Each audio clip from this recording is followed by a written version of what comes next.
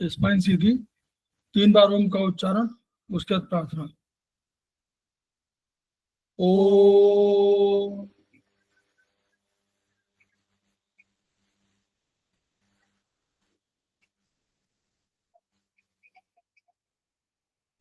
ओ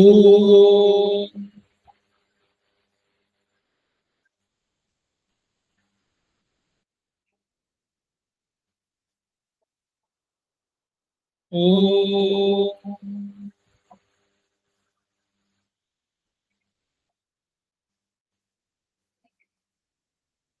वह शक्ति हमें दो दयानिधे, कर्तव्य मार्ग पर डट जाए, पर सेवा पर उपकार में हम निज जीवन सफल बना जाए।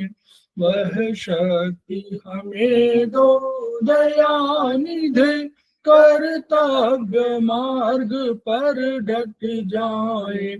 हम दीन दुखी निबलों विकलों के सेवक बन संताप हरे, जो है बिछड़े भूले भटके, उनको तारे खुद तर जाए। वह शक्ति हमें दो दयानिधे, कर्तव्य मार्ग पर डट जाए। छल द्वेष दंभ पाखंड झूठ, न्याय से निश दिन दूर रहे, जीवन हो शुद्ध सरल अपना, शुचि प्रेम सुधारस बरसाए। वह शक्ति हमें दो दयानिधे, कर्तव्य मार्ग पर डट जाए। निज आन मान मर्यादा का प्रभु ध्यान रहे, अभिमान रहे, जिस देव भूमि में जन्म लिया, बलिदान उसी पर हो जाए। वह शक्ति हमें दो दयानिधे, कर्तव्य मार्ग पर डट जाए, पर सेवा पर उपकार में हम निज जीवन सफल बना जाए।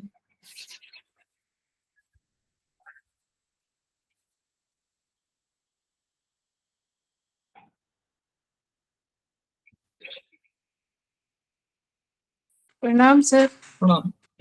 समवाय क्लासेस में आप सभी का स्वागत है। हमारे बीच में श्रीमती वर्षा श्रीवास्तव, उपाध्यक्ष समवाय फाउंडेशन, उपस्थित है, उनका स्वागत है। हमारे बीच में रीता गांधी जी उपस्थित हैं, सीनियर थेरेपिस्ट है, उनका स्वागत है। हमारे बीच में प्रतिमा राव जी उपस्थित हैं, समवाय फाउंडेशन के प्रमोटर हैं और हमारी फैकल्टी भी रह चुकी हैं, उनका स्वागत है।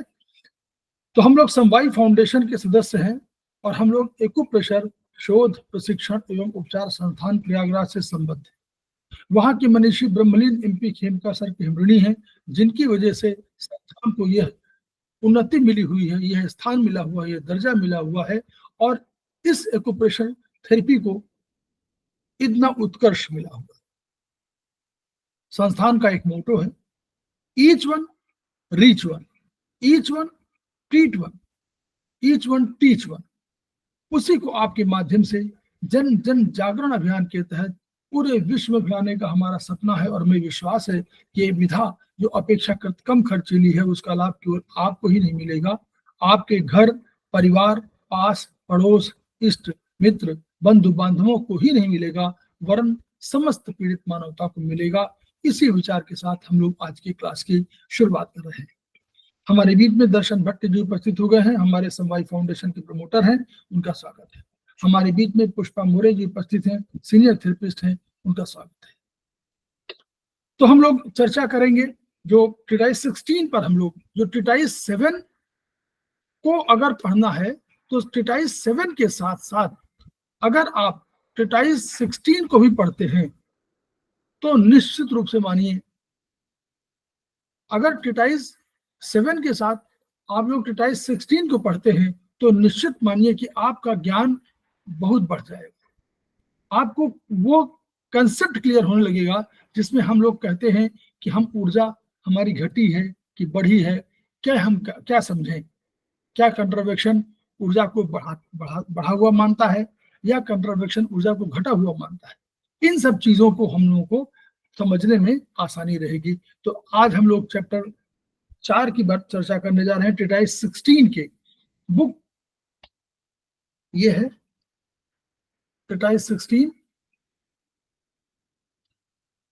और इसमें जो है पार्ट 16 लिखा हुआ है। ये इस पर चैप्टर 4 पर हम लोग चर्चा करने जा रहे हैं। मैं शेयर कर दे रहा हूँ। डॉक्टर कोमल बालवानी हमारे बीच उपस्थित हैं, नेचुरोथेरेपिस्ट हैं और हमारे समवाय फाउंडेशन के प्रमोटर हैं। उनका स्वागत है।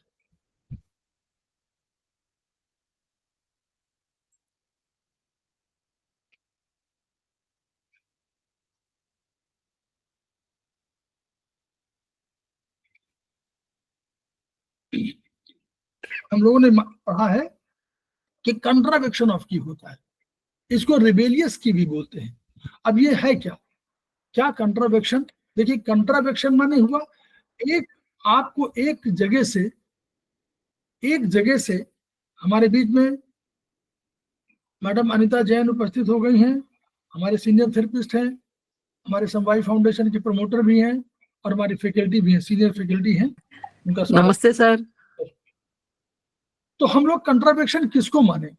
यानी अगर ऊर्जा का एक मार्ग है, उस मार्ग से अगर ऊर्जा बदल जाती है, कहीं भी चली जाती है, 0 डिग्री से लेकर के 180 डिग्री या 360 डिग्री, कोई भी आप डिग्री मान लीजिए, वो जैसे आपको जाना है इलाहाबाद से कानपुर, तो इलाहाबाद से कानपुर जाने के लिए एक रोड है, उस रोड में आपको जाना है। अगर मान लीजिए आप इस स्थान से उसके डायरेक्शन के हिसाब से थोड़ा सा चेंज कर देते हैं, चाहे 0 डिग्री चेंज करें, चाहे 1 डिग्री चेंज करें, चाहे 2 डिग्री, चाहे 3 डिग्री, तो आप उस जगह पर नहीं पहुंच पाएंगे। इसके विपरीत आप दूसरी जगह पहुंच पाएंगे। ये भी आपका कंट्रावेक्शन है। ये कंट्रावेक्शन इसलिए कि आपको जहां जाना था उस मार्ग में नहीं जा रहे हैं, आप बगल में जा रहे हैं। कंट्रावेक्शन ये भी है कि यदि आपको जाना है कानपुर और उसकी दूरी आपको इलाहाबाद से कानपुर के बीच में 200 किलोमीटर है और आप 120 किलोमीटर केवल जा पाए, तो ये भी कंट्रावेक्शन है। दूसरा, अगर आपको जाना है 200 और आप 250 चले गए, तो भी कंट्रावेक्शन है। जो मार्ग निश्चित है, जो आपका गंतव्य निश्चित है, अगर उस जगह पर आप नहीं पहुंच पा रहे हैं, चाहे कोई कारण हो, उससे अधिक जार पहुंच पा रहे हैं, उससे कम पहुंच पा रहे हैं, उसके मार्ग में नहीं पहुंच पा रहे, बगल में आप बाएं चले जा रहे हैं, आप दाएं चले जा रहे हैं, तो आप ये सब ऊर्जा के कंट्रावेक्शन के अंतर्गत आएगा। चलिए हम लोग इसके लॉ की पढ़ते हैं। इसको ट्रीटाइज 7 के साथ पढ़िएगा, बहुत आनंद आएगा। Each of the internal organs moves it's की इन ए पर्टिकुलर डायरेक्शन। यानी ये जो है, अब अंतर समझना पड़ेगा मेरिडियन और इंटरनल ऑर्गन्स के की को। मेरिडियन को इसमें भूल जाइएगा, मेरिडियन मार्ग अलग है। फंक्शनल की जो है, जिसको बोलते हैं इंटरनल ऑर्गन का अपनी ऊर्जा, अपनी कोई ऊर्जा है, फंक्शनल की कह सकते हैं आप उसको, आगे आएगा। In a particular direction to perform certain function, किसी काम को करने के, किसी फंक्शन को करने के लिए वो अपने मार्ग को, अपनी ऊर्जा को एक पर्टिकुलर दिशा में भेज रहा है। This is called the functional की। तो अब मेरिडियन अलग हो गई और फंक्शनल की अलग हो गई। अब यहां से हम लोग अंतर करना शुरू करेंगे, ध्यान रखिएगा। 7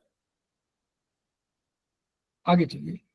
दूसरा, अंदरूनी ऑर्गन की मेरिडियन की दिशा और कार्यशील ऊर्जा की दिशा एक भी हो सकती है और अलग अलग भी हो सकती है।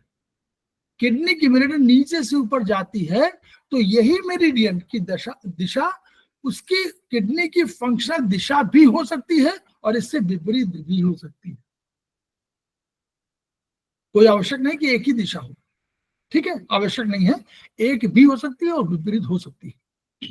प्रत्येक तीसरा, लॉ नंबर 3, प्रत्येक अंदरूनी ऑर्गन की ऊर्जा की दिशा उसके कार्य से बहुत करीबी संबंध रखती है। नेचुरली अगर जो काम आप कर रहे हैं उसी के हिसाब से, जो कार्य आप कर रहे हैं उसी के हिसाब से आपका व्यक्तित्व बनता है, या जिस काम के लिए आप बने हैं उसी हिसाब से आपका व्यक्तित्व डेवलप होता है, विकसित होता है, ये आप कह सकते हैं।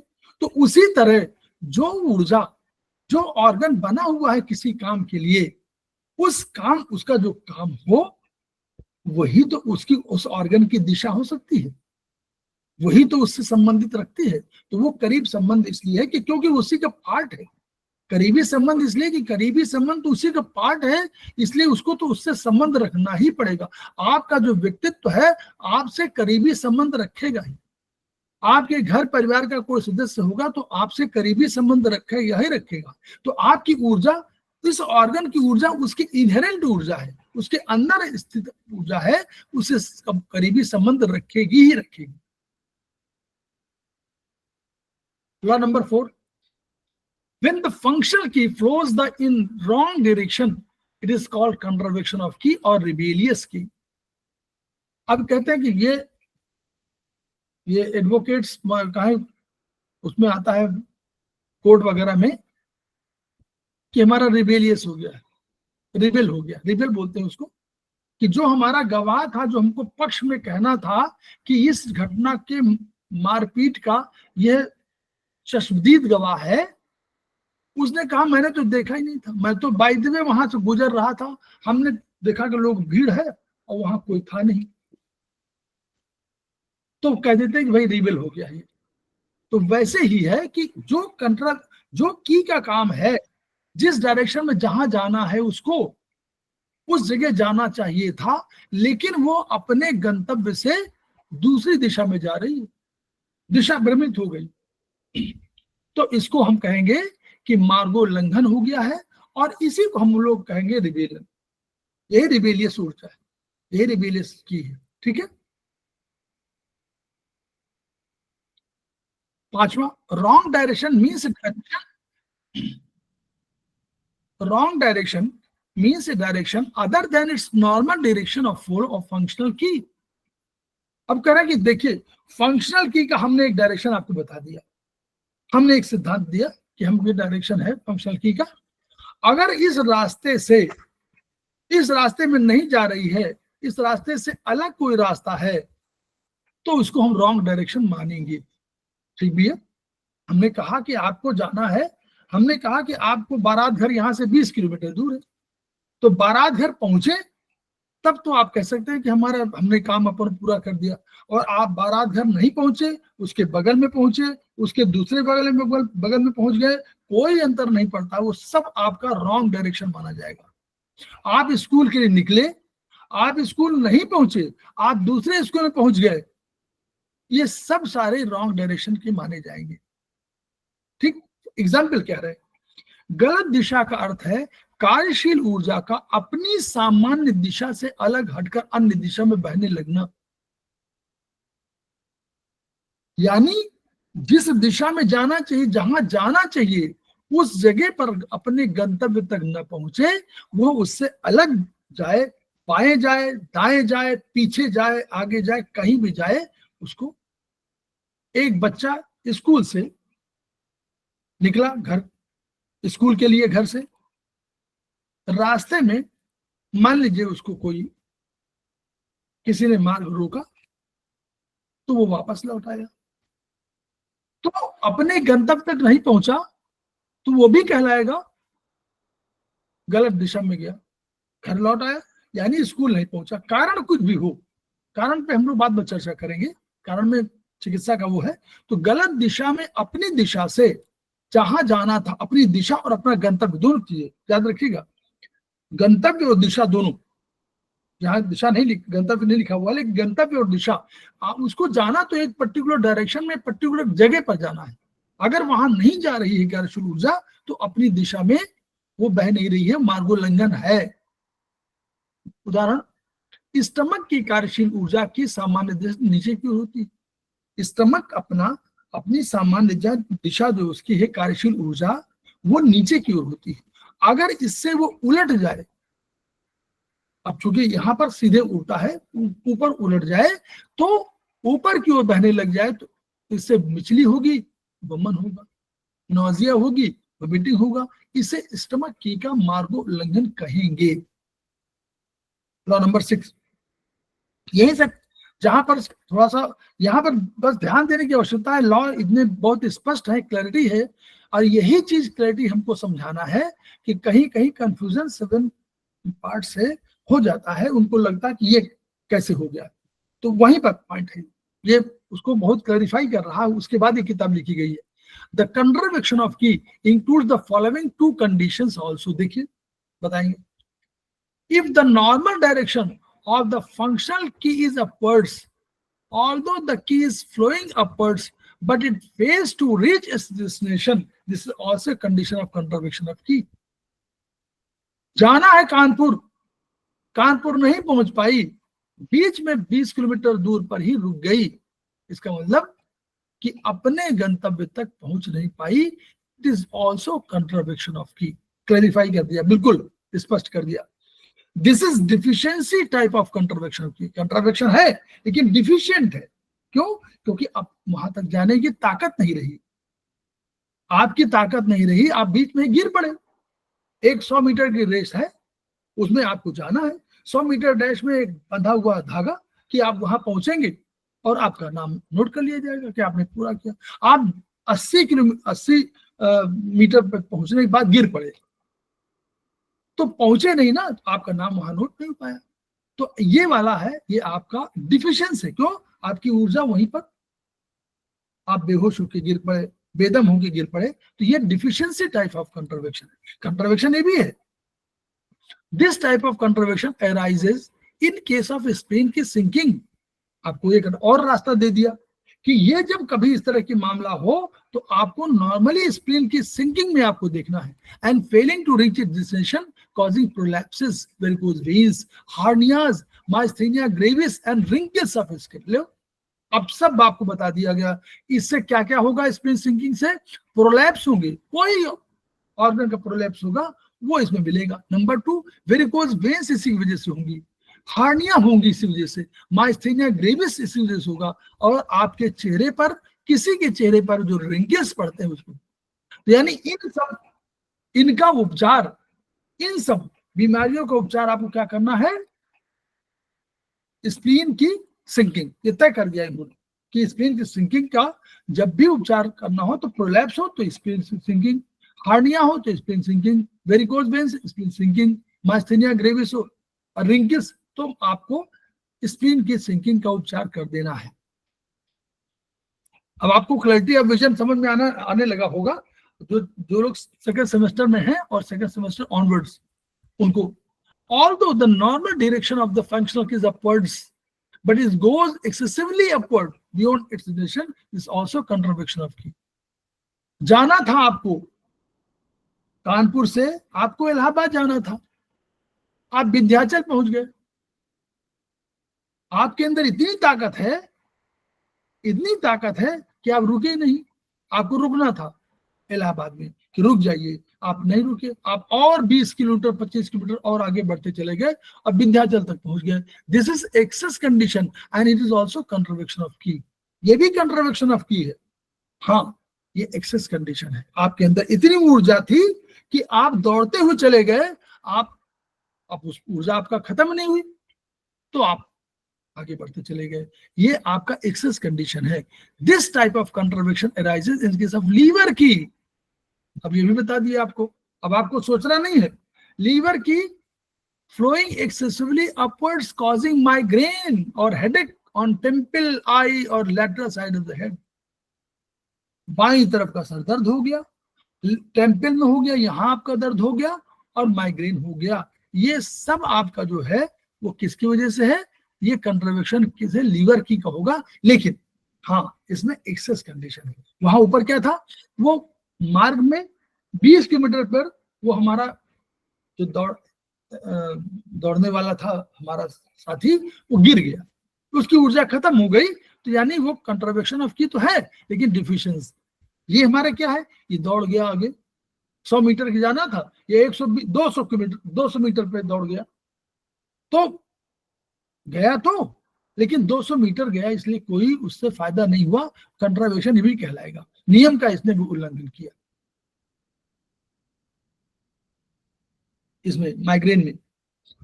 7, contravection of movement of the qi of any internal organ causes dysfunction. भाई आपको एक तय निर्धारित दिया गया है समय कि 3 घंटे में आप 5 प्रश्न पत्र कर लीजिए, 5 प्रश्न करने हैं। आपने 1 घंटे में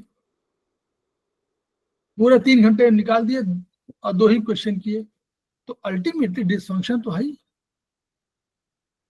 आप अपनी ऊर्जा का, तो इसमें डिसफंक्शन, कंट्रावेक्शन मूवमेंट ऑफ की ऑफ एनी इंटरनल ऑर्गन, अगर कंट्रावेक्शन है तो ये डिसफंक्शन माने काम को ठीक से न कर पाना, ये कहलाएगा डिसफंक्शन। मतलब फंक्शन सही नहीं है, ये कहलाएगा। आप चाहे कम जाए चाहे अधिक जाए, चाहे मार्ग से इधर जाए चाहे इधर जाए, चाहे बगल में जाए चाहे उधर चले जाए, ये सब आपका डिसफंक्शन में कहलाएगा।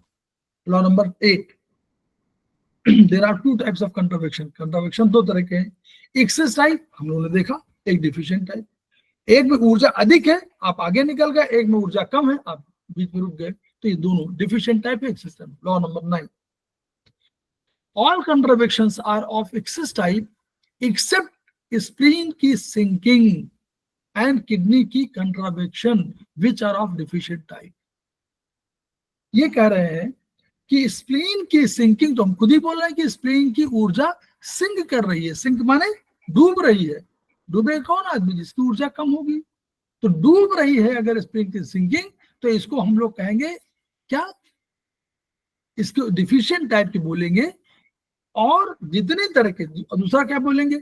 दूसरा डिफिशिएंट टाइप का, और किडनी में भी अगर किडनी की कंट्रावेक्शन हो रहा है तो भी उसको बोलेंगे डिफिशिएंट टाइप की, क्योंकि किडनी नॉर्मली वो एक्सेस नहीं होती है, एक्सेस नॉर्मली होती ही नहीं है, इसलिए किडनी की को कंट्रावेक्शन को भी हम लोग बोलेंगे डिफिशिएंट टाइप, और स्प्लीन की सिंकिंग को बोलेंगे डिफिशिएंट टाइप। इसके अलावा जितने भी कंट्रावेक्शन होंगे वो सब एक्सेस टाइप के होंगे।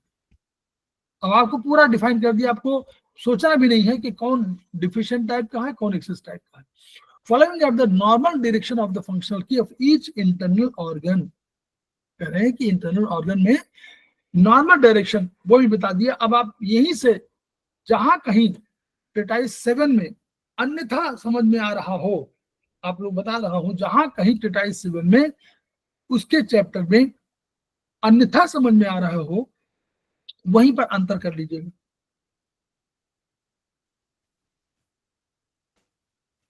स्प्लीन की राइजेस, स्प्लीन की ऊपर जाती है, और मेरिडियन की दिशा क्या है? शेयर करते जाइए। मेरिडियन, बोलिए बोलिए। अरे दर्शन तमाम लोग हैं, सब विद्वान हैं, कोई बोल दे। स्प्लीन की मेरिडियन की दिशा किधर से है? स्प्लीन नीचे से ऊपर। ठीक, तो यानी यहाँ स्प्लीन की ऊर्जा भी जा रही है और यहाँ मेरिडियन की दिशा भी ऊपर जा रही है। ये आगे आपको समझने के लिए है कि स्प्लीन की नीचे से ऊपर जा रही है, कौन? मेरिडियन, और स्प्लीन की ऊर्जा भी नीचे से ऊपर जा रही है। लंग्स की डिसेंड्स, फेफड़ों की ऊर्जा नीचे की ओर जाती है। अब अगर ऐसे देखें तो फेफड़ों की ऊर्जा किधर जाएगी? मेरिडियन, नीचे की ओर। नीचे की, ऊपर से नीचे। मेरिडियन भी सर, हाँ वो उल्टा जाएगा। हाँ, मेरिडियन तो नीचे से ऊपर जा रही है, मेरिडियन तो नीचे से ऊपर जा रही है, यहाँ से शुरू होती है और ऊपर जा रही है, ऐसे। जी सर। लंग्स की डिसेंड्स, फेफड़ों की ऊर्जा जो फंक्शनल की ही है, फंक्शनल की नीचे जा रही है, मेरिडियन ऊपर जा रही है। अंतर समझिए, स्प्लीन की नीचे से ऊपर दोनों डायरेक्शन एक ही है, मतलब मेरिडियन और ऊर्जा दोनों। हार्ट की डिसेंड्स, हार्ट की ऊर्जा नीचे जा रही है। देखिए हार्ट, बताइए हार्ट कहां से? यहां से निकलेगा, एक्सिला से निकलेगा, ऊपर जाएगा, ऊपर। तो ऊपर जा रही है, लेकिन हार्ट की यानी फंक्शनल की नीचे जा रही है। लीवर की एसेंस एंड एक्सटेंड्स, लीवर की बोलिए, लीवर की एसेंस और एक्सटेंड। तो लीवर की क्या थी, मेरिडियन, नीचे से ऊपर जा रही है। तो यानी यहाँ पर अंतर नहीं है, बस केवल एक्सटेंड में, यानी वो चारों तरफ फैलती है। ये उसका लीवर का अपना स्वभाव है, क्योंकि वुड कैरेक्टर है। वुड का स्वभाव क्या है, वृक्ष हिलते हैं चारों तरफ, है ना, जिधर जिधर झूम जाए, ठीक है। किडनी की डिसेंट्स, अब देखिए अंतर आया, बोलिए अंतर आया। यस सर, किडनी नीचे से, जो मेरिडियन है वो तो नीचे से ऊपर आएगा। हाँ, ये और यहाँ पर तय कर लीजिए, यहाँ कहीं आपको ट्रीटाइज 7 में थोड़ा सा समझ में आने में कहीं कुछ वो आएगा, तो वहां पर समझ लीजिए ये फाइनल है। किडनी की ऊर्जा नीचे जाती है, ऊपर नहीं जाती। केवल मेरिडियन ऊपर जाती है, ऊर्जा नीचे जाएगी, ठीक है। अभी यहाँ इसी किडनी वाला याद रखिएगा। हाँ जी सर, वो क्योंकि 7 में वो कंफ्यूजन था। हाँ यस एग्जैक्टली, वही मैं कह रहा हूँ, ऊपर ज्यादा दिखाया है उसमें, ऊपर का हाँ, आपको हाँ लग रहा था वो किडनी की ऊर्जा नीचे जाती है, आमाशय की ऊर्जा नीचे जाती है। और आमाशय की स्टमक की मेरिडियन देखिए, स्टमक बताइए, स्टमक मेरिडियन ऊपर से नीचे, आंख के नीचे से, दोनों मेरिडियन भी और ऊर्जा भी। यूरिनरी ब्लैडर की डिसेंट्स, मूत्राशय की ऊर्जा नीचे भी जाती है, वो भी नीचे जा रही है, ऊर्जा भी नीचे जा रही है और मेरिडियन भी नीचे जा रही है, दोनों मेरिडियन भी नीचे। स्मॉल इंटेस्टाइन की डिसेंट्स, छोटी आंत की ऊर्जा नीचे जाती है। अब देखिए छोटी आंत कहाँ, यही शुरू हुआ, तो ऊपर से नीचे, यहाँ कोई अंतर नहीं हुआ। बड़ी आंत की ऊर्जा नीचे जाती है, ये भी अंतर नहीं हुआ। अधिकांशतः में अंतर नहीं, लेकिन कुछ में अंतर है ना। तो फंक्शनल की इश्यू बोल रहे हैं कि फंक्शनल की और मेरिडियन में थोड़ा सा अंतर यहाँ हो गया। तो अब याद रखिएगा, किडनी की ऊर्जा नीचे जाती है, ठीक है, हमेशा के लिए। ट्रीटाइज 7 जो पढ़ रहे होंगे, कहीं इससे अन्यथा लिखा होगा या अन्यथा समझ में आ रहा होगा, लिखा भी ना हो, अन्यथा समझ में आ रहा होगा, तो उसका अर्थ ये है कि हम लोग ये समझें कि ट्रीटाइज 16 के अनुसार किडनी की ऊर्जा नीचे जाती है। आगे बहुत विस्तार से है, ठीक है। क्लियर हो गया सबको कि नहीं, बोलिए। ये पॉइंट बहुत अहम है, इसलिए मैं बताना चाह रहा था। ये पॉइंट हम बहुत सा कंफ्यूजन में आता है, अभी ट्रीटाइज 7 पढ़ाएंगे तो कंफ्यूजन कुछ लोग हो जाएगा। लॉ नंबर 11, कंट्रावेक्शन ऑफ की may be of following 10 types, 10 तरह के हो सकते हैं। कंट्रावेक्शन ऑफ द स्टमक की, अगर स्टमक की क्या कंट्रावेक्शन होगा, तो यहां उन्होंने सिम्टम भी दे दिया, आपको सब बता दिया, बिल्कुल स्पष्ट रूप से बता दिया। वोमिटिंग हो, बेल्चिंग हो, हिकअप हो, तो ये नोजिया हो, वोमिटिंग हो, बेल्चिंग हो, हिकअप हो, दिए यानी हिचकी कहीं आ रही है, तो आप समझेंगे कि स्टमक की प्रॉब्लम है। हिचकी एक दो नहीं, एक दो हिचकी आए, एक दो डकार आए, कोई दिक्कत नहीं। लेकिन डकार अधिक आने लगे, हिचकी अधिक आने लगे, वोमिटिंग होने लगे, मिचली आपको लगातार खाते ही आपको लगे कि बिल्कुल खाना देख नहीं सकते, तो कंट्रावेक्शन ऑफ स्टमक की। क्लियर, कॉजेज नहीं बता रहे भी अभी, तो ये बता रहे हैं कि this is nature. Contravection of the spleen qi, अगर स्प्लीन की कंट्रावेक्शन होगा तो क्या है, प्रोलैप्स करेगा। तो any type of prolapse is related to spleen. Varicose veins, जितना वेरिकोज वेन्स का आप उपचार, आपको तुरंत आपके पास सब तैयार हो गया, वेरिकोज वेन्स का उपचार कर दीजिए, वेरिकोज वेन्स से उपचार कर दीजिए। अब तो क्लियर हो गया सबको, आपको कुछ नहीं सोचना, वेरिकोज वेन्स उपचार करिए आप। एंड हेमोरॉइड्स, हेमोरॉइड से उपचार कर दीजिए, किसका, spleen qi. Contravection of the lungs qi causes cough and asthma with problems in exhalation. अगर आपको सांस छोड़ने में तकलीफ हो रही है, एक्सहेलेट करने में प्रॉब्लम हो रही हो, तो इसको समझिए, और अस्थमा हो तो ये लंग्स की कंट्रावेक्शन है।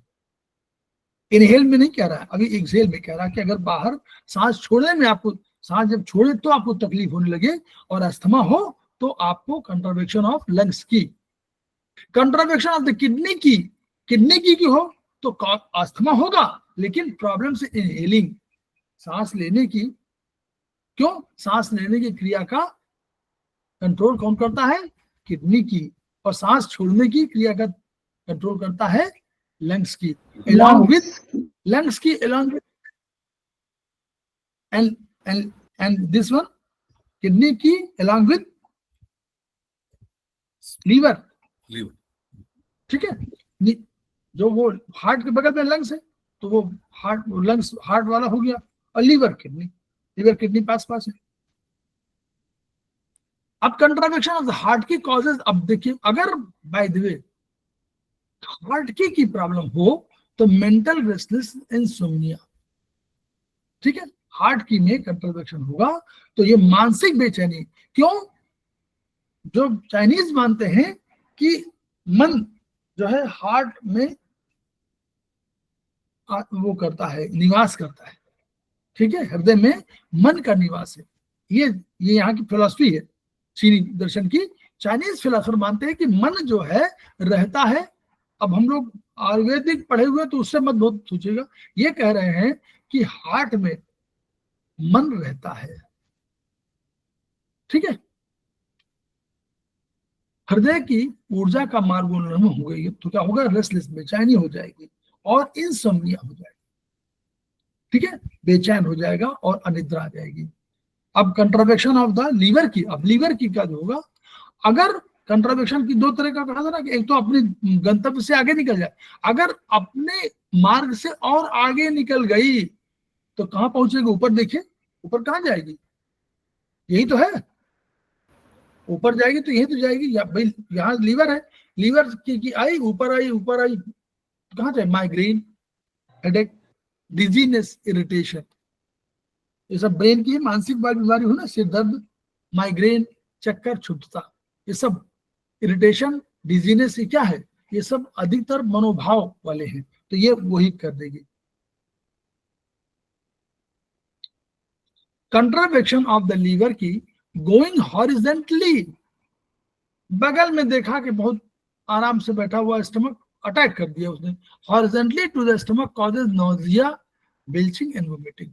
अब वो कारण बताने चले हैं कि जो आपका, आप समझ जाइए कि लीवर की वजह से भी स्टमक की प्रॉब्लम हो सकती है। कंट्रावेक्शन, उसने अटैक कर दिया तो हो गया।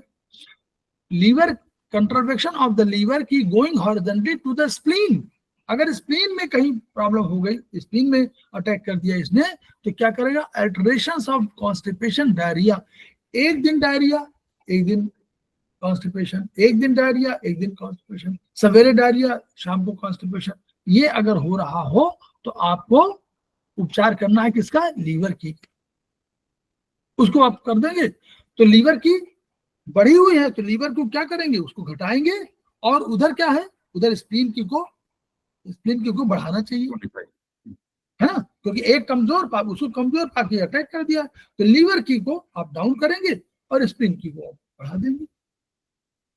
तो कभी कभी स्प्लीन की को आप बढ़ाते हैं तो भी काम बन जाता है, क्योंकि तब अटैक नहीं कर पाएगा, क्योंकि उसने स्प्लीन को बढ़ा दिया तो स्प्लीन ताकतवर हो गया, कहा कि आओ हम भी निपट लेंगे तुमसे। ऐसा बोलता नहीं होगा, लेकिन ये सोचा जा सकता है ना, ऐसा मत सोच लीजिएगा आप लोग जो हम बोल रहे हैं वही शब्द बोलता है स्प्लीन, ऐसा नहीं, लेकिन ये हो सकता है। इसको पारापारी बोलते हैं, पारापारी का पहले, पारापारी माने ये एक बार, दो बार, एक बार ये, एक बार वो, एक बार ये, तो वो 2 दिन, 2 दिन, 3 दिन, 3 दिन, एक दिन, सुबह शाम, ये कोई पारापारी हो सकता है। पहले फ्रीक्वेंसी बढ़े, कम होगी, बाद में बढ़ जाएगी। Contravection of the liver qi going horizontally to the intestine causes dry stools, वहां अटैक कर दिया तो ड्राई स्टूल कर दिया, तो ड्राई स्टूल के कारण कभी कभी liver, dry stool, lower abdomen twisting pain and borborygmus, गुड़ गुड़ गुड़ गुड़ पेट करने लगता है, तो समझिए कि वो कंट्रावेक्शन ऑफ लीवर की के कारण हो सकता है। उसमें लीवर की घटा दीजिए, ठीक हो जाएगा। Contraction of the liver key going downwards causes burning urination and urinary tract infection. Modern science जो कह रही है उससे अलावा एक चीज है, वो कह रहा है कि अगर लीवर की कंट्रावेक्शन है तो भी यूटीआई हो सकता है। मॉडर्न साइंस क्या कहती है, केवल यूरिनरी ट्रैक्ट इन्फेक्शन माने कोई बैक्टीरियल इन्फेक्शन बाहर से आया है, यही तो कह रहे हैं वो। लेकिन ये कह रहे हैं contravection of liver qi going downwards causes burning urination, उसमें बर्निंग हो और यूटीआई भी हो सकता है। ठीक। Law number 12, कंट्रावेक्शन of stomach qi, अब फिर उसको डिटेल बताने लगे। स्टमक की causes nausea, vomiting, belching, hiccup. तो कहा कि भाई ये पहले बता चुके हैं।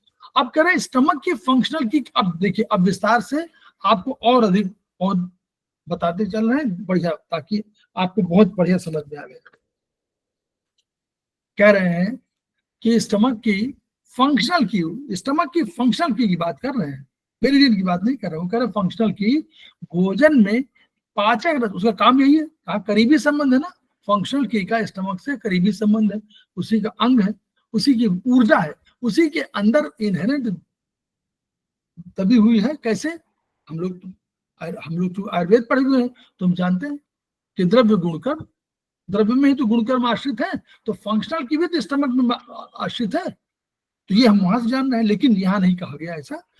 फिर भी स्टमक की फंक्शनल की क्या काम है उसका, भोजन में पाचक रस मिलाकर। अब आप देखिए एक और थियोलॉजी है, बहुत क्लैरिटी विजन है, भोजन में पाचक रस मिलाया, महीन कणों के घोल में परिवर्तित किया और फिर पाचन के लिए स्मॉल इंटेस्टाइन में भेज दिया, तो नीचे गई जा रही ना। तो कभी कभी जहां हम लिखते हैं कि अशुद्ध ऊर्जा, कोई आवश्यक नहीं है अशुद्ध ऊर्जा, वो ऊर्जा पाचन के लिए स्मॉल इंटेस्टाइन में भेज दिया, इसे डिसेंडिंग फंक्शन ऑफ स्टमक की कहेंगे। भाई डिसेंडिंग है ना, नीचे जा रही है। अगर स्टमक की भोजन को नीचे को प्रवाहित नहीं कर पाती, अगर मान लीजिए न कर पाए, उसकी कोई भी ताकत ना हो और नीचे न जा पाए, तो क्या करेगी, तो भोजन नीचे प्रवाहित होगा, भोजन उल्टा चलेगा और तब मिचली, वमन, बेल्चिंग, हिकअप सब होने लगे। When the stomach key fails to descend and starts flowing upwards, it is called contraction of stomach key और rebellious key। अगर ये ऊपर की ओर चलेगी तो जैसा कि हम लोग अभी तक डिफाइन कर चुके हैं, it is said to be contravection of stomach qi और it is said to be rebellious qi. इसको रिबेलियस की कहेंगे, कंट्रावेक्शन कहेंगे, क्योंकि कंट्रावेक्शन है। इमोशनल प्रॉब्लम्स, अब देखिए emotional problems such as anxiety and worry interferes with the descending of the stomach की।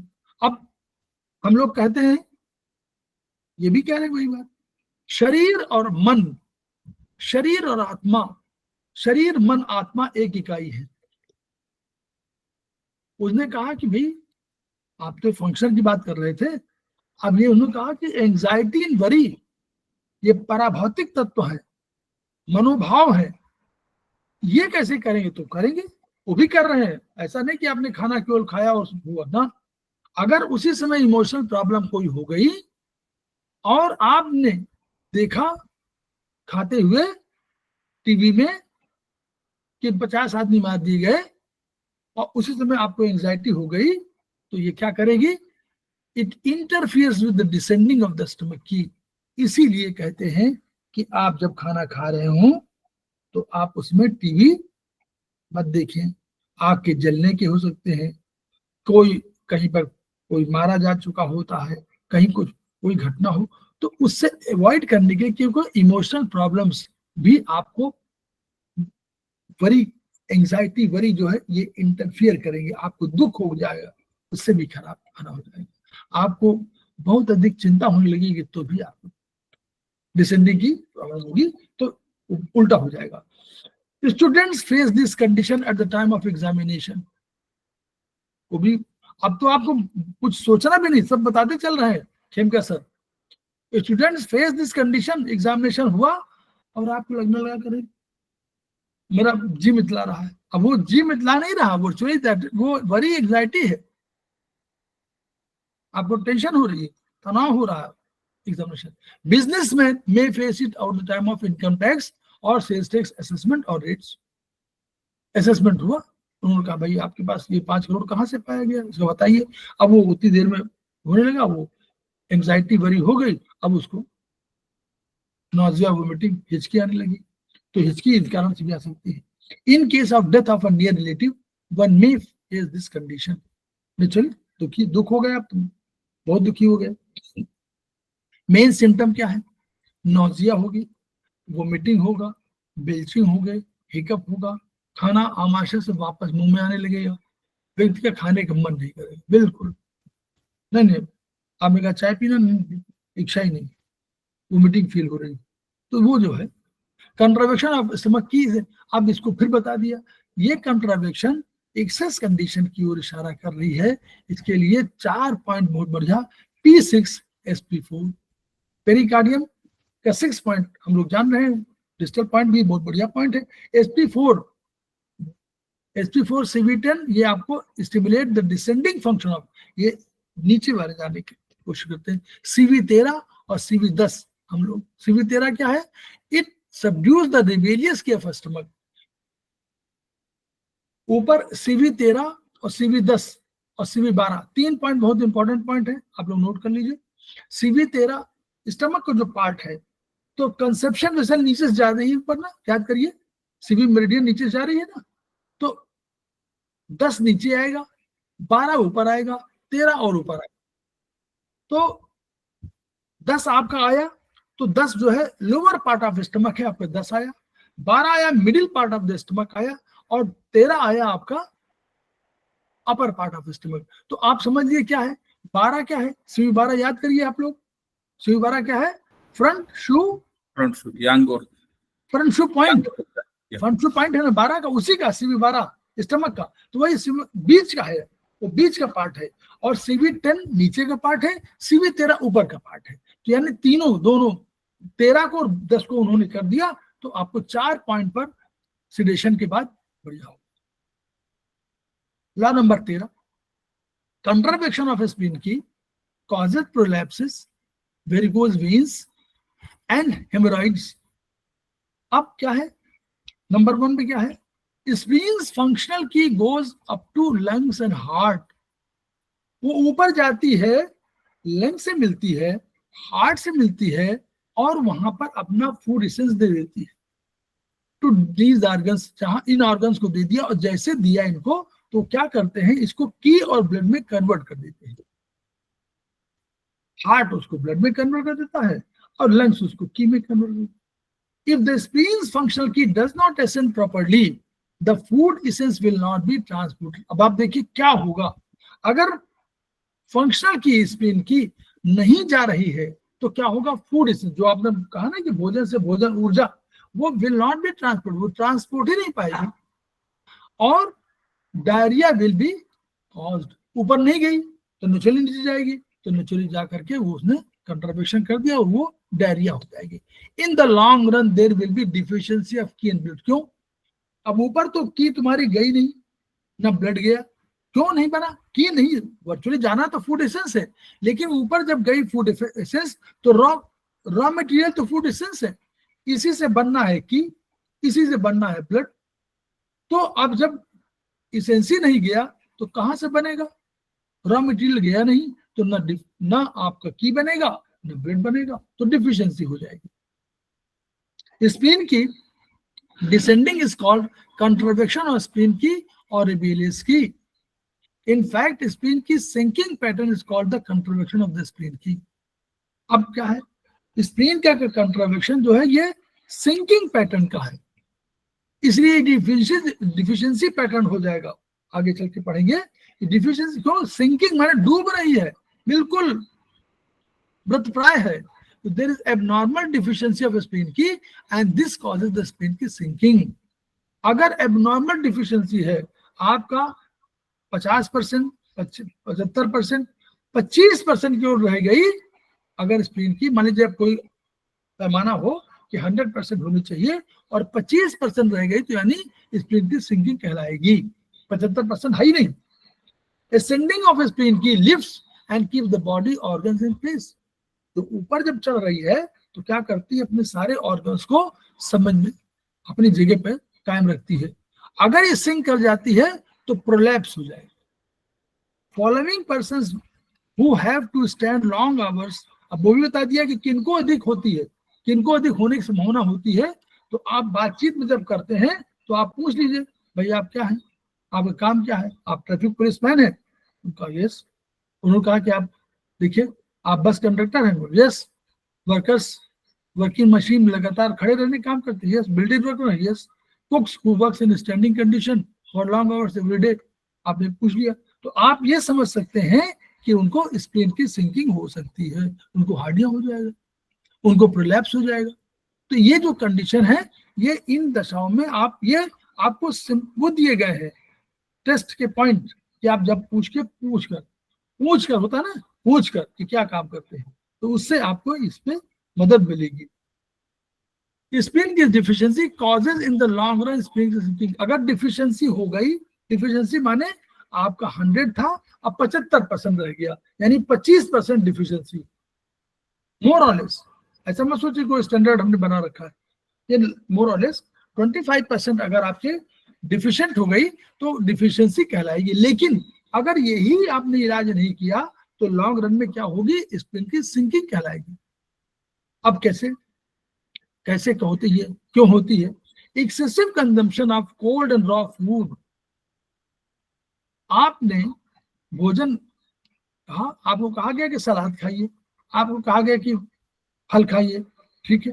आपने कहा कि हम केवल फल खाएंगे, केवल सलाद खाएंगे, तो आपका कोल्ड और रॉ फूड की संख्या एक्सेसिव हो गई।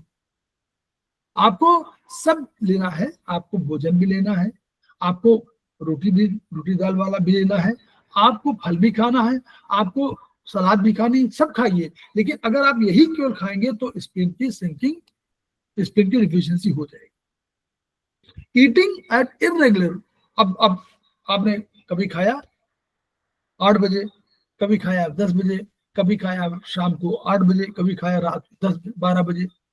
ये जो इरेगुलर टाइम है, इससे आपको स्प्लीन की डिफिशियंसी हो जाएगी। एक्सेसिव ईटिंग, आपने बहुत अधिक खा लिया तो भी हो जाएगी। आपने बिल्कुल नहीं खाया, बहुत कम खाया, या प्रोटीन डिफिशिएंट खाया तो भी आपको हो जाएगी। आपने बहुत मेंटल वर्क किया या बहुत अधिक सोच विचार में लगे रहे, और जिन बातों का कोई बोले, सोचना विचारना भी आवश्यक है जहां मन और आत्मा या ब्रेन फंक्शन करता है, लेकिन टू मच मेंटल वर्क या टू मच थिंकिंग, ये भी आपको स्प्लीन की डिफिशिएंट कर देता है। This is common in students and businessman. बहुत सोचते हैं हमारा आज कल हमारा 10,000 हुआ था, आज हमारे अभी तक 2,000 की बिक्री हुई, अब चिंता शुरू हो गई, 8,000 का नुकसान हो गया। ये उसको मानते हैं नुकसान, ये नहीं मानते हैं कि सामान तो रखा हुआ है, बिका है, वो उसी का दाम है ना। वो तुरंत मान लेंगे कि 10,000 कल हुआ था, आज 2,000 हुआ तो 8,000 का नुकसान। अब ये नुकसान के कैलकुलेशन करने लगे कि 8,000 का नुकसान एक दिन में, तो 365 दिन में कितने नुकसान, तो फिर 10 साल में कितना नुकसान, तो हमको बिजनेस में घाटा हो जाएगा। यहीं से चिंता शुरू हो गई। स्टूडेंट क्या है, अब उसने कहा हमने ये नहीं पढ़ा, अब हम वो उस लड़के ने हमसे अधिक कर लिया होगा, उसने 2 घंटे में 4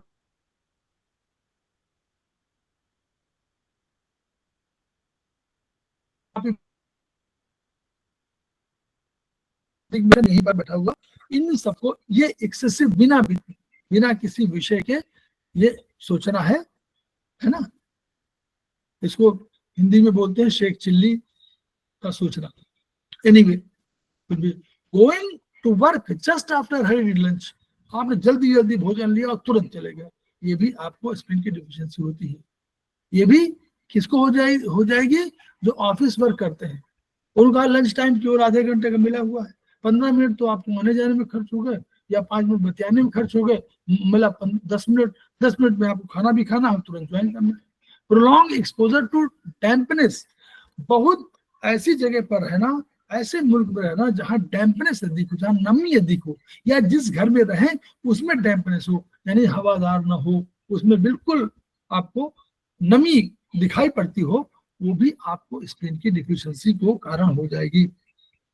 अभी क्या होगा, आमाशय, prolapse of stomach, uterus, intestine, anus, vagina, kidney, urinary bladder, any type of prolapse wherever anywhere in the body, कहीं भी शरीर में कुछ भी हुआ है, यानी आपकी कैपिलरी में जा रही है, क्या कैपिलरी में क्या जाती है, बहती है शरीर में, कैपिलरी में क्या बहता है शरीर में, पूरे शरीर में घूमता रहता है सर ब्लड। Yes, blood. तो ब्लड जो है बाहर निकल गया तो इसको हम लोग क्या बोलेंगे, प्रोलैप्स, प्रोलैप्स, क्योंकि वो ब्लड बाहर निकल गया। वो कह रहा है कि प्रोलैप्स ऑफ एनी टाइप, यहां नोट कर लीजिए, of any type anywhere in the body. अब वो किसी बात ही नहीं कर रहा, वो कह रहा है कि कहीं भर भी आपको प्रोलैप्स हो तो ये कह रहे हैं ये आपका स्प्लीन की में आएगा, ब्लड हो। मतलब अब तो पहले तो आपको बता दिया, कुछ डिफाइन कर दिया, स्पेसिफिक कर दिया, ये उन्होंने एग्जॉस्टिव दे दिया कि आप कुछ भी आप सोचे, hernias of any type, hernias of any type anywhere in the body. नाभि का हटना हार्निया है कि नहीं, बोलिए, यहीं पे सोचिए आप लोग, हम लोग सोचे, थेरेपिस्ट हम लोग सब सारे सीनियर थेरेपिस्ट हैं, बोलिए, सीनियर थेरेपिस्ट बैठे हुए हैं सेमेस्टर। बिल्कुल सर, बिल्कुल। Yes sir. यस होगा। कह रहे हैं कि कहीं नाभि अपने जगह से हट गई तो कह रहा है क्या, शरीर में कहीं भी किसी प्रकार की हार्निया होना, हार्निया माने क्या, तो कह रहा है प्रोलैप्स, अपनी जगह से हट गई, प्रोलैप्स हो गया। अभी और भी कोई भी देखिए, माइस्टीना ग्रेविस, गंभीर पेशी दुर्बलता का आंख की पलक, ओठ, कान की लोल, स्तन, गले की पेशियां, पेट की पेशियां, कुछ भी लटका हुआ हो, अपनी जगह छोड़ रहा हो, स्किन अपनी जगह छोड़ रही हो। फिर prolapse of rectal veins in the form of haemorrhoids, ये भी प्रोलैप्स है। वेरिकोज वेन्स, ये भी तो प्रोलैप्स है। रिंकल्स ऑन द स्किन, तो इसका इलाज करिए और तब ब्यूटी पार्लर जाइए। नहीं, आप first treat spleen qi sinking and then go to, केवल उससे अकेले उससे काम नहीं बनेगा, यहां भी जाइए, यहां भी करिए, वहां भी जाइए, दोनों काम करिए। तो केवल अकेले आप सोचें कि अकेले ब्यूटी पार्लर से काम no, wrinkles of the skin, साफ साफ बोल रहे हैं कि नहीं, ये प्रोलैप्स है, आप प्रोलैप्स का उपचार करिए। Bearing down sensation of abdomen, बहुत से आप लोग देखते होंगे पेट की, frequency and urgency of urination. अब आप देखिए, इसको भी जोड़िए, ये जो बड़ा पॉइंट है, फ्रीक्वेंसी अर्जेंसी ऑफ यूरिनेशन, ये आपका स्प्लीन से भी जोड़ रहा है। अब हम लोग किडनी पढ़ेंगे, किडनी में भी यही आएगी, लेकिन ये भी स्प्लीन की वजह से भी, तो दोनों का करिए, क्योंकि स्प्लीन किडनी जो है किसको देती है, किडनी यांग, किडनी यांग से कौन लेता है, स्प्लीन यांग लेता है। किडनी इन से स्प्लीन इन नहीं लेती, लेकिन किडनी यांग से स्प्लीन यांग लेती। तो किडनी यांग, तो यानी अर्जेंसी अगर फ्रीक्वेंसी है तो किडनी के साथ साथ दो, यहां पर दो आएंगे, kidney and spleen. The spleen function of raising qi is impaired in the spleen qi sinking pattern. अभी कह रहे हैं कि सिंकिंग पैटर्न में हम लोग जोड़ते हैं, इसलिए डिफिशिएंट कंडीशन है। अंतर समझ में आ गया, स्प्लीन की के संबंध में डिफिशिएंट कंडीशन हो गई है? जी अच्छा, कोई ऐसा बोल रहा था, ठीक है। ट्रीटमेंट क्या है, बहुत देखिए, SP36, ST21, 36, CV12 6, देखिए CV12 6, UV20 21, UV20 21 किसके पॉइंट है, इसी के तो पॉइंट है, स्प्लीन और स्टमक के। जब सेमेस्टर 1, ठीक है, UV20 21, 13 14 15 16 17 छोड़ दीजिए, 18 19 20 21, 20 21 आपका स्प्लीन का, स्टमक का आएगा। GV1, GV20, GV1 आपका नीचे पर आएगा, प्रोलैप्स ऑफ एनएस के लिए यूज करते हैं, 20 आपका आएगा चुटिया पर। CV12 आपका स्टमक का है। CV6 ऊर्जा का सागर है। ST36 होम्योस्टेटिक पॉइंट है। ST21 ये आपका वेगस नर्व का, ये वेगस नर्व का पॉइंट है। और SP36 आप जान रहे हैं, बहुत बढ़िया, SP3 तो उसी का ऑर्गन सोर्स पॉइंट है। 6 आपका तो ये इस तरह हम लोग का ट्रीटमेंट उन्होंने बहुत बढ़िया बताया हुआ है। ला नंबर 14 जितनी हम लोग पढ़ सकेंगे उतना हम लोग पढ़ेंगे। कंट्रावेक्शन of lungs qi causes cough and asthma. रोक दे कहीं कुछ कोई प्रश्न इसमें ऐसे हो, हम लोग आज कोई बात करना चाहता हो। कोमल, डॉक्टर कोमल, आप पूछे? अरे क्यों नहीं? सर एक्चुअल में ये जैसे स्प्लीन सिंकिंग लग रहा है हमको किसी पेशेंट में, और उसको भूख भी ज्यादा लगती है, तो स्टमक हीट भी लग रही है टंग के अकॉर्डिंग, तो क्या ऐसा हो सकता है? नहीं, अगर आप भूख अधिक लग रही है तो वो स्प्लीन का तो कैरेक्टर नहीं है, तब तो आप किडनी में जाइए, किडनी पर सर एज के अकॉर्डिंग उसमें फेस पे रिंकल्स और वो सब चीजें ज्यादा दिख रही हैं, और भी कई चीजें दिख रही हैं। तो वो ऐसा देखिए, आपने दूसरी बात कही, हमने कहा कि अगर 10 सिम्टम में 10 सिम्टम में अगर 5 सिम्टम या 70% सिम्टम मिल रहे हैं तो आप ट्रीटमेंट तो करेंगे ही करेंगे। कोई आवश्यक नहीं कि आप सर 100% मिले सिम्टम। ये मत सोचिएगा जितने सिम्टम दे रहे हैं ये सारे सिम्टम आएंगे आपको, जो उसमें सिंकिंग के सिम्टम मिलेंगे उसमें नहीं। एग्जैक्टली, बिल्कुल सर सही कह रहे हैं। तो ऐसी कंडीशन में हमें क्या देना चाहिए पेशेंट को कि अगर उसको क्या सर सिंकिंग लगाइए ना। पर अच्छा, डायबिटीज भी, जैसे पेशेंट को डायबिटीज भी है और भूख भी ज्यादा लगती है, और पर रिंकल्स भी एज के अकॉर्डिंग बहुत ज्यादा है, तो और टाइम पे खाना भी टाइम बे टाइम ही है वो। सिंकिंग के साथ राइजिंग भी लगाएंगे ना फिर उसमें हम लोग। हाँ यस, देखिए हमारा पहला ये है, आप यही तो आपका मैनेजमेंट है। आप डायबिटीज आपने कहा ना खुद ही, तो डायबिटीज जब कह रहे हैं तो डायबिटीज सबसे अधिक इम्पोर्टेंट डायबिटीज है कि इससे अधिक स्प्लीन है। पहले डायबिटीज है। डायबिटीज कई चीजों को प्रभावित करता है ना। तो हम लोग हमेशा जब बोलते हैं तो अपने तमाम चीजों में ऐसे आप लोग धीरे धीरे जोड़ते जाइए। जैसे हम लोग कहते हैं कि नाभि का ट्रीटमेंट करिए, फिर हम लोग बोलते थे कि अगर वो कोई कॉन्स्टिपेशन है तो उसका ट्रीटमेंट करिए। कॉन्स्टिपेशन से हम लोग जोड़ते हैं कि अभी तो बहुत चीजें न्यूट्रिशन मिल ही नहीं पा रहा है, इसलिए हम लोग कह रहे हैं।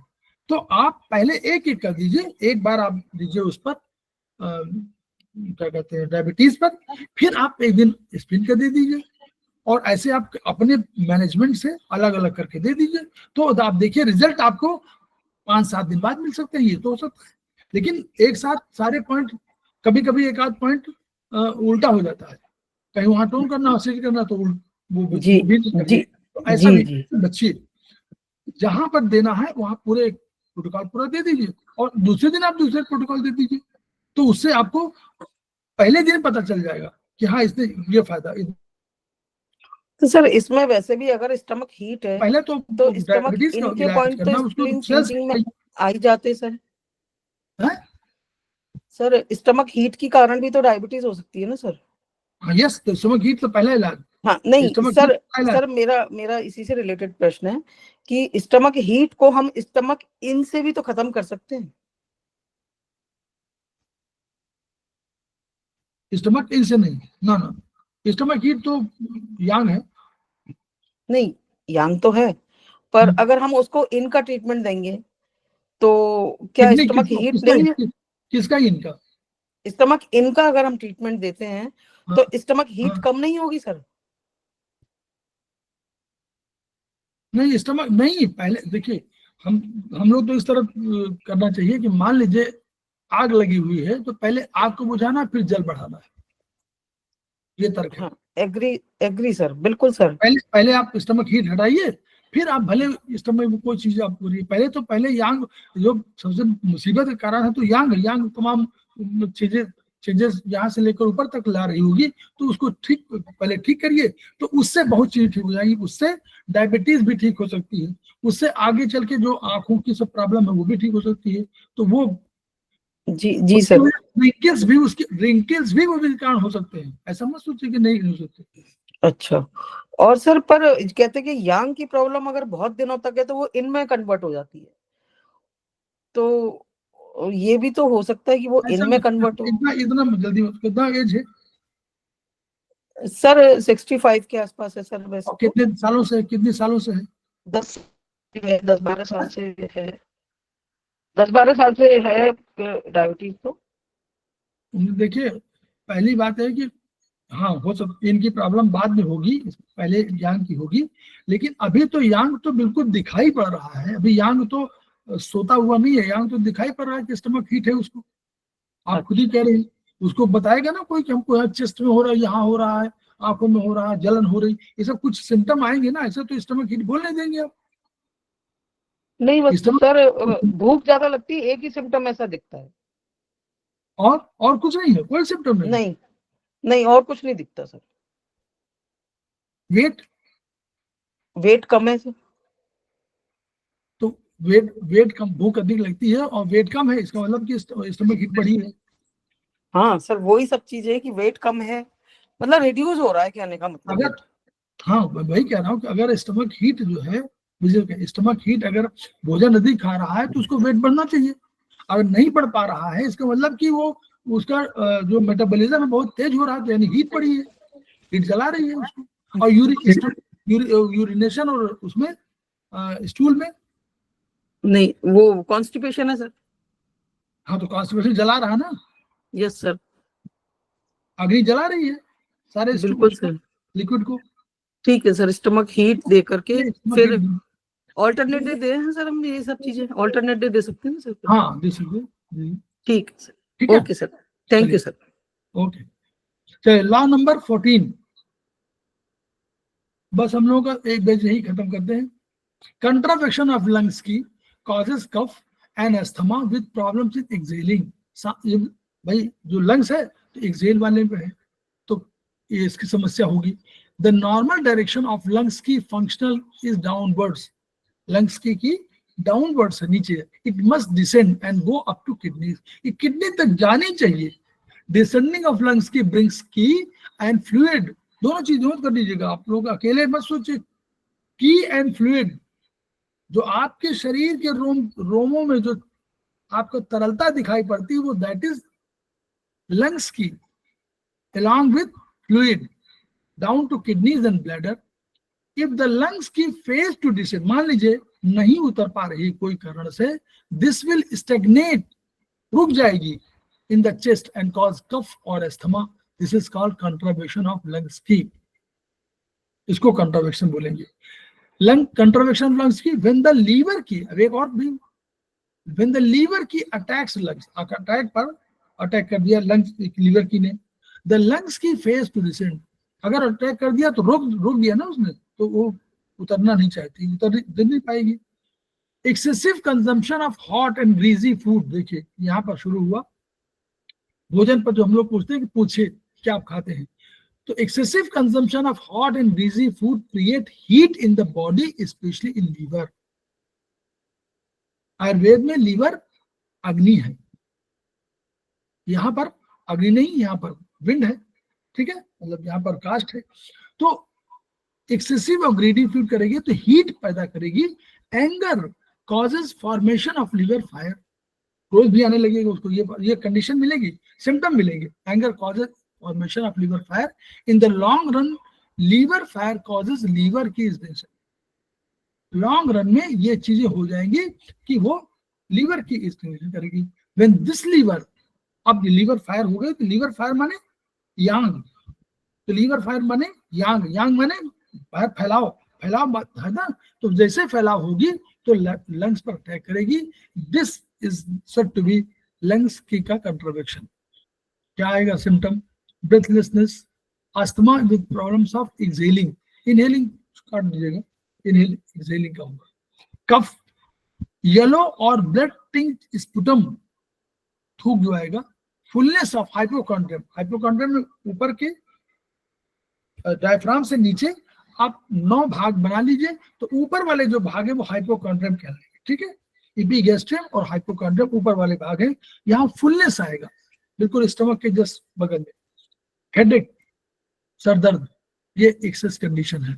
इसका treatment P6, liver 2, 14, CV 17, 22, LU7, LI का। तो लीवर 2 लीवर फायर है, तो लीवर फायर को इसका सिडेशन है। तो लीवर 14 हार्मोनाइजेस लीवर की इन द चेस्ट, CV14 बहुत बढ़िया पॉइंट है। LU7, CV17, CV22, P6 ये सब आपके की के संबंध में है। CV17 भी की के संबंध में है। LI11 it clears heat. Chronic lungs qi deficiency also causes non descension of qi by the lungs. मतलब अगर लंग्स डिफिशियंसी है तो भी ये नहीं हो पाएगा, तो उसको इससे जोड़िएगा नहीं। It is different from that one. ठीक है, ये कह रहे हैं कि इसको आप लोग, वो भी हो सकता है कि भाई क्रॉनिक लंग्स की डिफिशियंसी है तो भी नहीं जा पाएगा, तो इसको उससे मत जोड़िएगा, ये अलग प्रॉब्लम है, वो अलग प्रॉब्लम। क्लियर?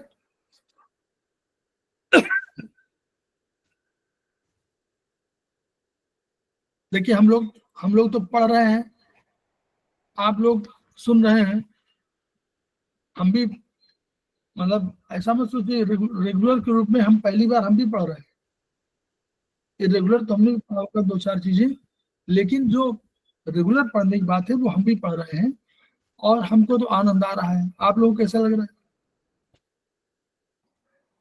अच्छा लगा सर। और जो ट्रीटाइज 16 के साथ 7 के साथ जिसने 16 पढ़ा होगा उसको अधिक आनंद आएगा। 7 के साथ पढ़िए, 7 के साथ पढ़िए दोनों चीजों को, तो आपको लगेगा कि क्लैरिटी ऑफ विजन है, तब आपको अच्छा लगेगा। तो हम लोग खेमका सर के सपनों को पूरा करने के लिए कोशिश कर रहे हैं, एक संकल्प है, और उनके उसी सिद्धांतों को हमको पालन करना है जिसमें वो चाहते हैं कि हम बहुत से बहुत लोगों को इस थेरेपी का ज्ञान दे दें। केवल ज्ञान न दें, जब तक उनको थेरेपिस्ट नहीं बनाएंगे तब तक केवल ज्ञान देने से काम नहीं चलेगा। तब तक हमको बनाना पड़ेगा कि अपने जगह का थेरेपिस्ट बनाएं, अपने तरह के 20 बनाएं, 40 बनाएं, 100 बनाएं, लक्ष्य रखें 100 का, जितने बना पाए उतने बनाएं। उससे क्या होगा, बार बार संख्या पे मैं ध्यान दे रहा हूं, 140 करोड़ की पॉपुलेशन है। कोई भी चिकित्सा, कोई भी स्टडी आप कहीं ढूंढ लीजिए वर्ल्ड की, इतिहास की, इतने लोग जितने हम थेरेपी से क्रिएट कर रहे हैं उतने लोगों से काम नहीं बनेगा, क्योंकि ये अपने आप में एक पूरा मुल्क, इससे बड़ी पॉपुलेशन शायद ही किसी की हो। आज की डेट में चाइना को क्रॉस कर गए हम लोग। अगले 5 सालों में 145 करोड़ होने जा रही है, 145 करोड़। उस पॉपुलेशन में अगर 20-25 लाख थेरेपिस्ट नहीं हुए तो हम लोग अपने को, जैसे कहते हैं मार्केटिंग, तो मार्केटिंग में प्रस्तुत नहीं कर पाएंगे। मान लीजिए आवश्यकता पड़े किसी शहर में और कहीं हम ट्रीटमेंट करना चाहते हैं, तो हमको थेरेपिस्ट चाहिए ना, वो थेरेपिस्ट नहीं मिलेंगे तो हम थेरेपी अपने आप ही, क्योंकि अगर किसी डॉक्टर कंपाउंडर, 2 चीजें होती है, अगर डॉक्टर कंपाउंडर ना हो किसी हॉस्पिटल में तो क्या करेगा।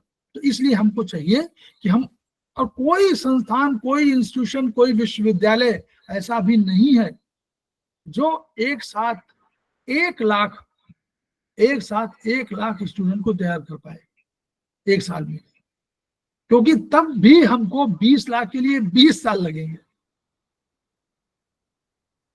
इसलिए हम बार बार कहते हैं कि खूब सीखिए, खुद करिए, 2 को जरूर सिखा दीजिए, 4 को सिखा दीजिए, 5 को सिखा दीजिए, चेन बनाइए। जब तक चेन बनाएंगे नहीं तब तक हम लोग चाहे कितना भी दावा करें कि हमारी थेरेपी बहुत अच्छी है,